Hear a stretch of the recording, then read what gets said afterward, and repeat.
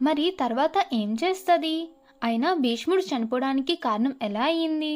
భీష్ముడు ఇమ్మోర్టల్ కదా, అయినా పాండవులు ఉన్నప్పుడు ఉన్నాడు కదా.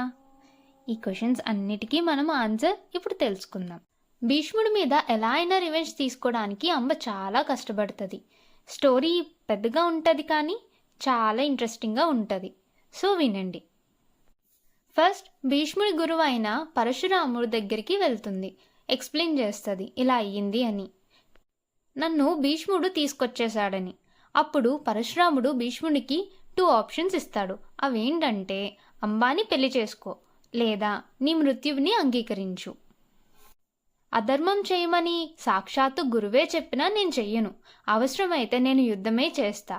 భీష్ముడు తన గురువు అయిన పరశురామునితో 23 రోజులు యుద్ధం చేస్తాడు. మిగతా స్టోరీని మనం నెక్స్ట్ పార్ట్లో కంటిన్యూ చేద్దాం.